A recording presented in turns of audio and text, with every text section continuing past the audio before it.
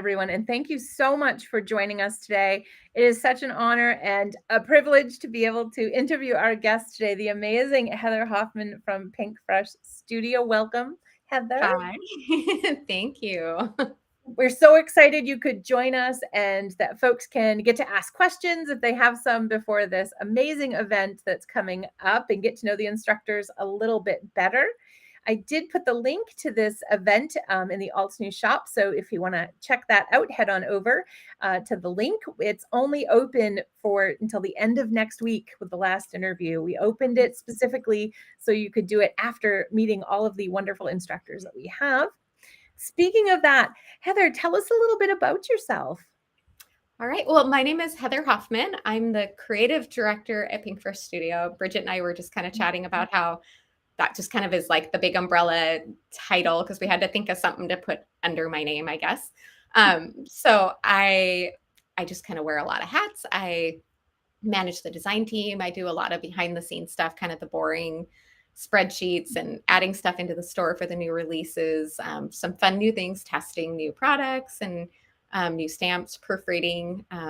Lee and I laugh that we're both the picky ones behind the scenes, making sure everything's perfect. And so, that's kind of what my job is for the most part and what I get to do other than just obviously making cards with new releases and doing live classes and that kind of thing. So. And do you have any pets? Actually, I don't. I grew up on a farm with lots of like 30 cats and dogs and goats and sheep and the whole thing. And I think we had a cat for a little while. We had fish. We had guinea pigs.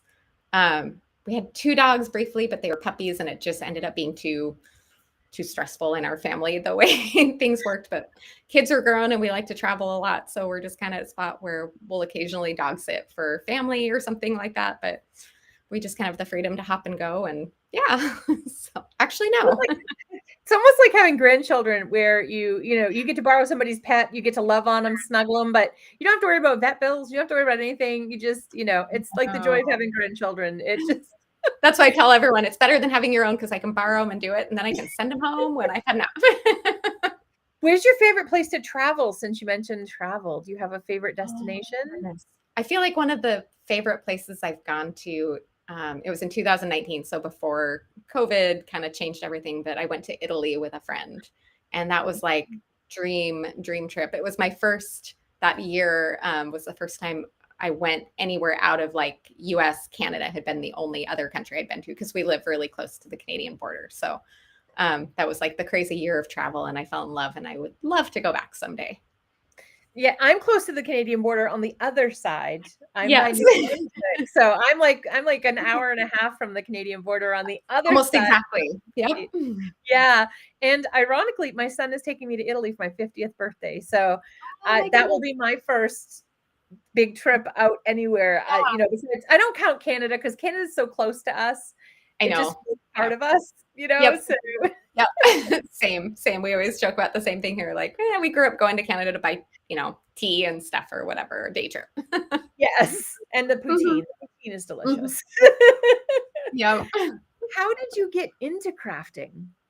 So I grew up, my mom was really crafty. She painted and sewed and cards, like pretty much anything that could be done, you name it, and she did it. And ironically, the really funny thing, like I grew up sewing my own clothes and making quilts and doing, all the other things. And I remember once or twice we went to like stamping up parties and I'd just get overwhelmed because there was so much. And I remember being like, I can't do cards. I can't do cards. And then fast forward to being an adult and my kids were little and I was scrapbooking and my mom saw on like a TV info ad, a Cricut machine. And she thought that would be helpful for me for my scrapbooking. And so she got it as a gift, which then got me onto the Cricut boards. And then I discovered challenges and I started entering the card ones and winning stuff. And then I started realizing card making was really fun. I always say scrapbooking is kind of like dishes and laundry. You're never done. It's fun, but you're never done. Where a card, you can sit down, start to finish and done and clean up, put it away. And you're done with one thing. So that's kind of what got me into card making. I love the analogy. That is hilarious because it is, you have to print the photo. The photo is my out. Like, I'm like, now, like I have a little mini printer too. Like I have all the gadgets. I just can't manage to print that little Right. It's like laundry, you can get it done, but folded and put away. When they invent a machine that does that. Yes, please let me know. Please put me on the first on the list to let me know, because that would be Right? terrible. But I think it's like Christina mentioned the other day. I think most of us came in through Cricket, through Stampin' Up.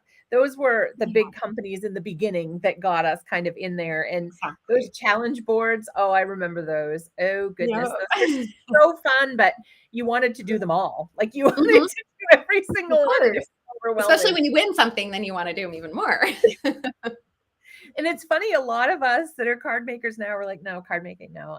I was a scrapbooker, and then, Yeah, it's you go from such a large surface to a smaller surface, like, I can't do that. And then now we're all card makers, and scrapbooking, like you said, is like dishes of love. I love that. exactly. Yeah. So where do you find your inspiration when you're making your beautiful cards? You know, it's really everywhere. I mean, I feel like I'm constantly, if I'm out in town, I'll see a shirt and I'll be like, "Oh, that's really pretty. I need to remember that color combo." Or, you look at the sunset or you're outdoors doing something or, you're at someone's house and something home decor, Pinterest, of course, like that one's the default. Scrolling Instagram, like I try not to copy anything, but sometimes it's kind of an amalgam of I see a color combo and then I see a layout and then I see, different things that all go together. And then sometimes it's just the product. When you get it in your hands, it's like it just screams that it needs to do something. And hello to everybody. Bruce was wondering what province you were near. I'm near British Columbia. I'm up in the Oh, very okay. northwest corner of Washington State. So, Oh, Annette. I'm sorry. She's using her husband's. Annette is in Alberta. So she was wondering what ah, province. So yeah. So I'm New got it. Brunswick, and yep, we're flip sides of the country here. Alberta's beautiful. I've been to Alberta.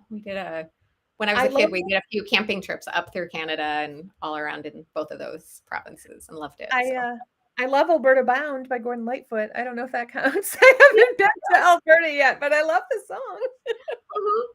So you're talking about seeing like combinations out there. Now, do you stick to kind of traditional colors, or are you just the rainbows going on the card? It doesn't matter. I like both. Sometimes I really like traditional, but I also really love like Leah and I both in our classes, we get a lot of comments about that on like our florals that sometimes we'll pick that non-traditional, like maybe you won't see brown or aqua or blue leaves in nature, but you can make them on your cards and you have that freedom to do that and just get a completely different look or monochromatic or um like I said, sometimes mixing two different colors of ink on one flower and just getting that different. So I kind of feel like it's not one I just love the variety and not getting stuck in a rut and playing with different things, different options. So How do you avoid getting stuck in a rut? sometimes, usually what I try and do when I'm really like, when I have, like when you're banging up against a deadline, you've got something you got to get done.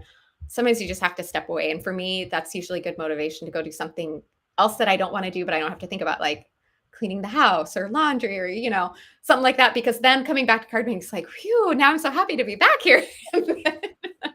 I'm refreshed. I'm in my happy place now. Yeah, and it just like I guess it gives that brain just you get spinning on one thing and you just can't get past it. So kind of unplugging really helps. So And I think that happens to a lot of folks. It's just you get overwhelmed with the possibilities sometimes. It's too much mhm. is moving around. And yeah, if you unplug, reset, kind of I just Yeah. think of it like an etch a sketch, like shake, shake, shake, like Yeah.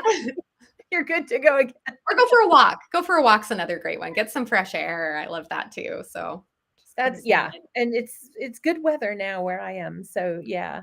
Yeah.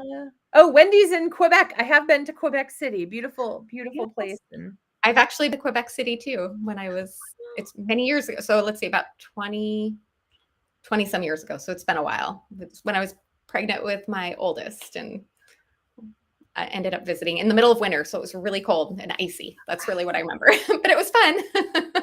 we went in July for a music festival, and it was just beautiful. It That would was probably be warmer. absolutely stunning city. Yeah. I'd love to go back. It's absolutely gorgeous. Very, very, very pretty. Thank Yeah. you guys for posting where you're from. Make sure if you have any questions for Heather, you pop them in the chat, or if you have any questions about the event that is coming up, we're all excited to talk about that. So, what is about this class do you feel is can't be missed? Why can't people miss this class? part of what I love about live online classes is just how we can all connect. Like, I love that. It's like the best thing that came out of COVID and all of the lockdowns and everything was the ability to do all of this, and everyone can be in their own home. It's not as expensive as having to travel. I mean, it's fun to meet in person, and I enjoy those, but being able to just connect from our own homes and feel like we're all kind of coming together from, and then um, I know, like, those of us who are teachers and instructors, we work really hard to try and, like, for me personally, I don't want to sit and watch a class that's just like lick and stick and put things together. I want to learn something and I want to come away with something. And I even feel like, even though we're the instructors, I always feel like someone throws an idea in the chat or the comments when you're doing it that's always like, I never even thought about that. So I always feel like I have takeaways and I learn things, even though I'm the one teaching. So I just love the connection of with everybody and playing with beautiful things and making, doing what we all love and doing it together. It is. It's an amazing connection, and it is like our participants, like the tips they throw out are like, why didn't I think of that? And it Right. is a sharing environment, and you learn whether you're a new crafter or you're an Mhm. advanced crafter. There's something for everybody in the mix, because there's always a tip or trick that maybe you've Yeah. been doing it this way for years and then it switches over. So Yeah. um now, techniques. What is your passion at the moment for a technique? Let's see. Can I pick two? I feel like I kind of have Yes, you two can. that okay. With Miriam, we stretched it. Hers, yeah, I'll tell you hers after you say yours, but she Okay. did two as well. But they do Okay. coordinate, so that's why Well, we gave you one. that's what I feel like mine do too. It's hot foiling and then ink blending, especially layering stencils. And when you put those two together, I feel like it's just magical and you get such a beautiful finished project, but such minimal work. Like, I'm not the world's best colorist. I can do it if I need to, but layering stencils just have upped that game so well that there's not that stress of coloring and markers and water. I, like I said, sometimes I still do enjoy doing those, but layering stencils any day, and then hot foil, just that shine and that magic of that. That is, it's like, because it's, and I enjoy the hot foil a little more than the heat embossing, because the heat guns hot in the summer, and the hot Yeah. foil doesn't put off the heat, but you still get that beautiful shine. And yeah, the Yeah. stencils, you can, like, it feels like you can touch it. Yeah. Wendy said the same thing. She said hot foil and layering stencils for Yep. her too. Let us know in the chat, you guys, what you would pick. Marianne was die cutting and ink blending. So you guys were close. You had Okay. one of the same. I Yeah. know. How did we live without layering stencils? I don't know. I'm so Oh, spoiled now. we are, and they just keep getting better. Like, they just keep, I don't know how, but they just keep getting better. Yeah. We kind of touched on this, but Shay wanted to know, Heather, what do you do to get out of a creative funk? So, other than just the things we talked about, I think sometimes when I'm just looking, one other thing that I didn't mention that probably fits, other than, scrolling and looking for inspiration, sometimes I'll go look back at my old stuff and try and remake it with newer products. So, that's another great one. If you find a card that you made, a while back, maybe you really love, or maybe you love part of it and you wish you'd done something different, then it's a good time to kind of go and remake it and pull out something fresh and um, just use something different to make it. Or sometimes pulling out something really old that I haven't touched for a long time. Sometimes it's really fun to do that and just, because it's always the new and the latest and greatest. And sometimes it's good to remember those ones we really loved and that kind of got pushed back in the box and out of the way. So It is, it's fun to shuffle your stash some days, to go in and see things you loved, when they came out. You're like, I will use this every day. And then, it shuffles right. off a little bit, and then it's fun to bring those back. And you are so welcome, Shay. Thank you so much for asking the question. We appreciate all the questions that you guys have coming in. So right now, what's your go-to technique that never seems to fail you? It always is the old reliable. Um, well, other than like hot foiling and ink blending, one other thing I really love to do is layer things up. So whether it's die cut elements or pattern paper, or even just like layers, like one of the cards I'm doing for the live class for this event, I love to layer up different sizes of white cardstock as just kind of an interest. And it keeps everything, it still keeps it from getting too busy, but it just adds some interest and some texture. So, and it's a great way to use up all those scraps and everything. So I guess layering and dimension is you can't go wrong with that. Oh, we love Dimension. Dimension's very exciting. Yeah. And yes, there will be a Facebook group for this class. And the great thing about the Facebook group is you can ask instructors. So, say you take the class and you're working on your card and something just isn't working out right for you, you can post it in there. And not only will the community help you, the community is super helpful, but the instructors are also in there. So, Heather could say, oh, this is what I'm seeing. Maybe this is what's not working for you.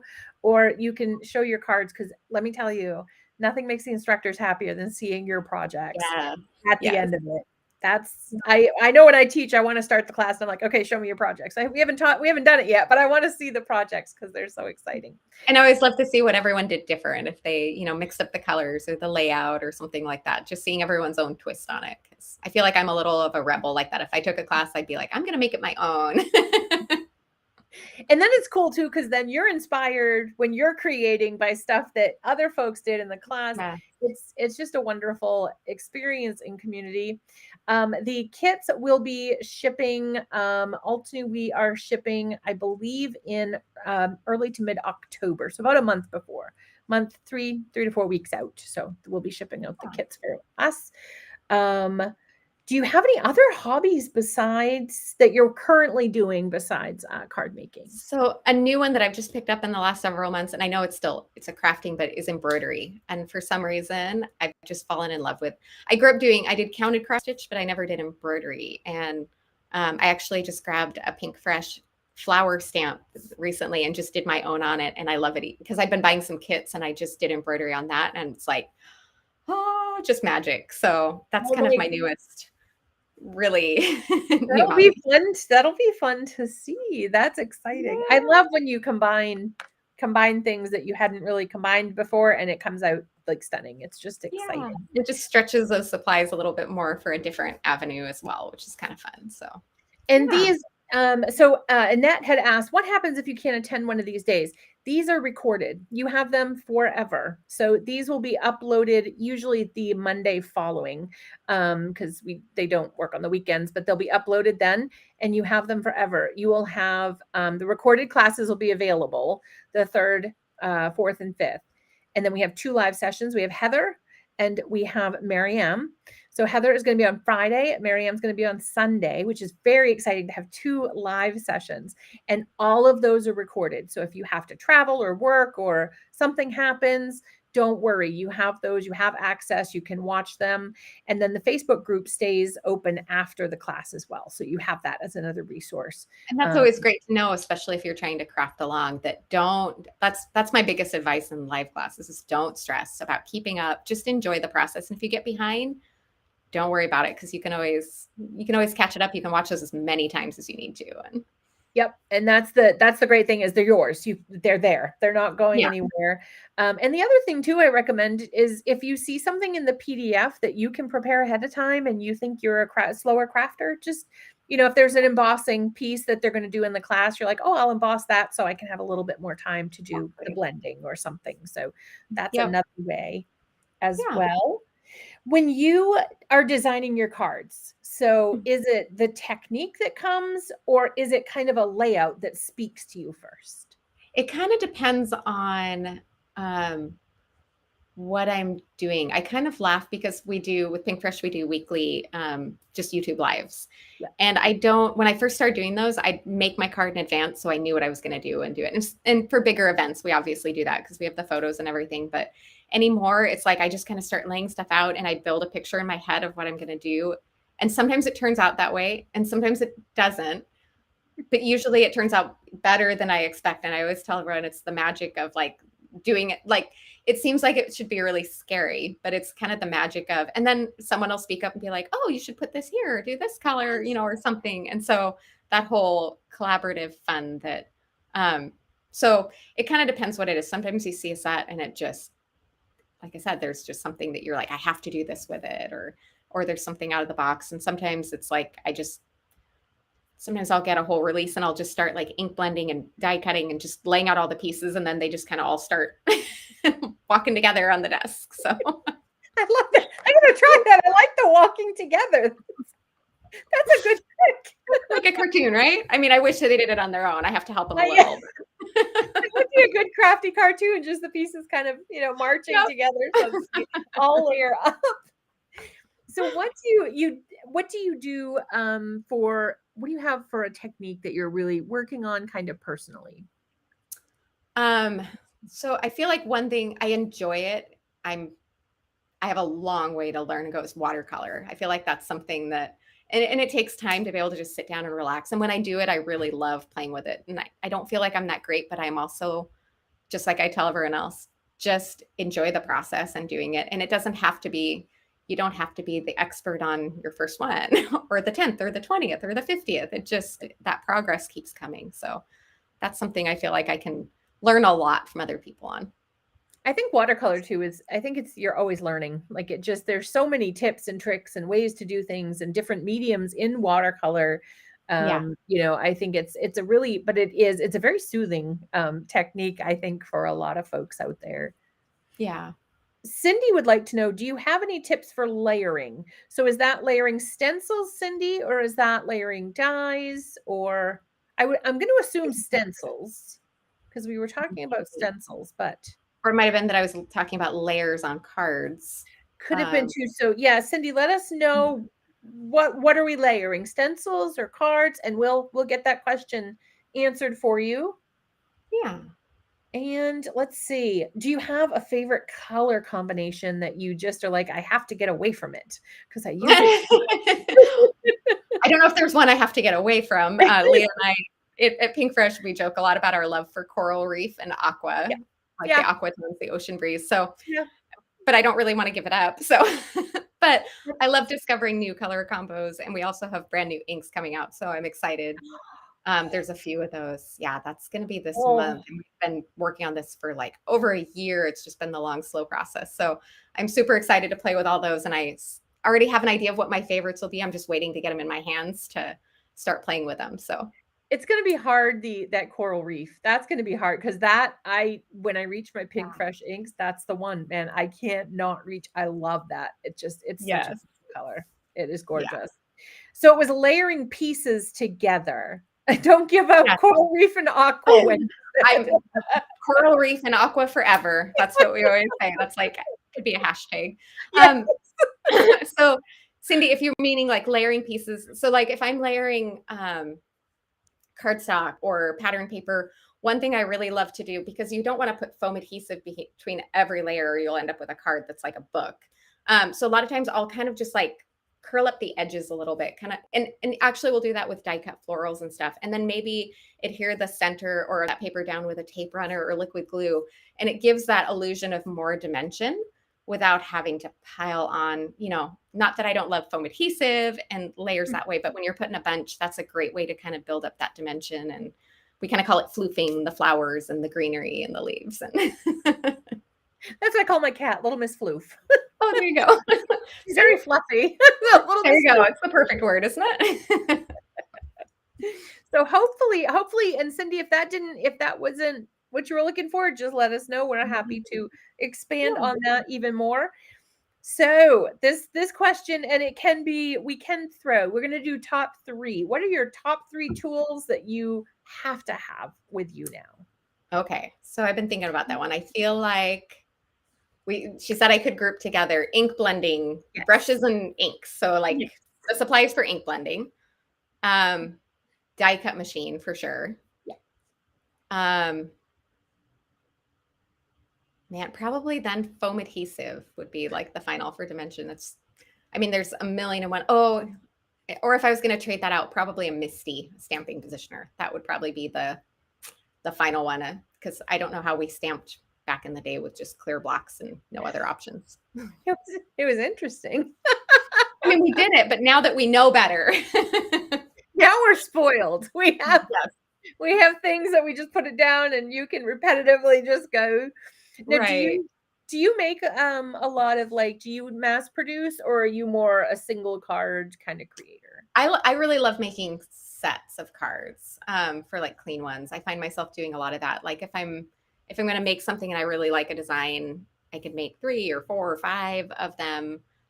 More like general purpose, like if it's birthday cards, like it's really hard to keep up on birthday cards, or thank you cards, or just like a general hello kind of, or some of the harder ones to make, like sympathy cards. If you're going to sit down and do them, it's better I'd rather have them on hand and not need to make them when I need them. So I do but I also really love just one-offs. I'm probably not going to sit and make 50 of one card. And even the sets, it's like the colors will be mixed up or something to make them a little different. So now, I know you make a lot, for your job, but if you're making it yeah. for somebody, do you like customize your colors to kind of like what they like and stuff like that? Do you personalize them? Yeah, like my daughters, I probably do that, or family members and stuff like that. And most of the time I don't think of those until really last minute. So I probably don't as much as I should, because it's kind of like, oh, that's birthday party's in an hour. And I but gotta get usually my stencils and hat foil out and we gotta go. right. Yep. That is a very quick technique. You just need, like 6 or 7 minutes for it to warm up, another 10 for ink blending and you're good to go. Like, And it's going to look amazing. Yeah, exactly. yeah, it is. Oh, yes. So they're talking about stamping with the wood Blocks. blocks. Oh, Yep. yeah. Yep. Yeah. You had to have the stamp-a-majig so that you could, line it up. And so if you had to stamp twice with that, you had to have that little acrylic corner and little tool. Yeah, I still try to hand stamp, but do you try to hand stamp to keep up your hand stamping skills, or are you more the platform only? Kind of depends if it's like background building or something where you're not gonna, like small flower stamping a background that takes forever to reposition in the stamp positioner and you're only making one, or like a light color in the background where if it doesn't stamp perfect, yeah, a little bit, but not like the sentiment that's the last thing on a finished card that's gonna screw it up if it doesn't stamp right. I did that the other day. I felt so like I was, when you stand like I did this. There you go. Well, and then if I do, it's with a plan of, okay, I can redo it and put it in a strip and cover it if it doesn't work. You can always cut it and put a block over it, put a little foam adhesive. Yeah. Yep. You're good to go. It's okay. You can always Exactly. fix it. If you guys, I have just one question left for Heather today. So if you guys have any more questions, please pop them in the chat. We would love to get to them. Don't forget to check out the link. My amazing behind the scenes will pop that link in there for you again. Audrey said the stamping platform has become a crutch. I can't go back. I think there's a lot of us. It's hard. I keep trying to because I don't want to lose the ability to hand stamp, but it's hard. It's very hard. It's so easy in the platform. It's wonderful. Yep. So the question is a fun or interesting fact that you would like to share about yourself that people may not know. And I thought so long and hard on this, and it's like I can't really think of. There might be. I feel like I talk about it in lives, but I guess like the one quirky, weird thing I don't talk to very many people that don't like coffee, that like tea. I'm just a tea, and I've tried a million and one times to like coffee, and I just can't get behind it. Finally, I'm like, why am I gonna try and like something that isn't necessarily good for me, and I'm just gonna get addicted to? And so I finally just gave up and embraced loving tea. So that's kind of I don't know if that's weird and quirky enough, but no, tea is delicious. What is your favorite tea? Do you have a favorite? My very favorite that I drink almost every morning it's called Hot Cinnamon Spice. It's from Harney and Sons, and it's like just a black tea with cinnamon and orange, and it's super yummy. Oh yeah, and that just said any particular brand of tea. Yep. I think we have a lot of folks and especially in the winter months, tea is just delightful. It's it's comforting. It fits the season. It's just wonderful. So, well, thank you so much for spending a bit of time with us today and sharing. I hope you guys out there are as excited as we are. We cannot wait to have you guys come do this class with us. It's absolutely amazing. Everything is going to be so just beautiful. It's just, I don't have another word. It's just beautiful. And the sets that you get in this class are extremely versatile. They will last you through. It's not something that is so unique to a class that you can't use it outside of it. These products you will use over and over again. And the extras that are in there are phenomenal. There are some word sheets that are foiled that are glittery and stunning and beautiful. So lots and lots of pretty things in there. So thank you so much, Heather, for taking the time to come join us today and have a little chat. Thank you. And thank you to everybody, all of our wonderful, amazing folks that came and had a chat with us as well. From all of us at Altenew, thank you for allowing us to help you craft your life. And I'll let Heather say her. Yeah, if you and thank you. Thank you for giving us the opportunity to craft along with you and play. We're kind of excited to have this all come together. And I know November will be here before we know it. Unfortunately, yeah, because the snow. The class very exciting, but the snow is coming with it. But So cozy tea, cozy tea. We'll think about the good things. you're gonna remember the coziness and the crafting. Yes, That's all there we you go. need. All right, you guys. I will see you guys again on Tuesday, where we have a lovely chat with the amazing Aram Tasneem.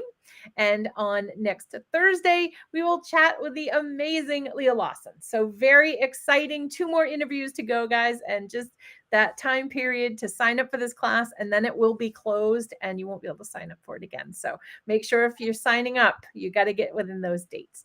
And we will see you all very, very soon. Goodbye, everyone. Bye, everybody.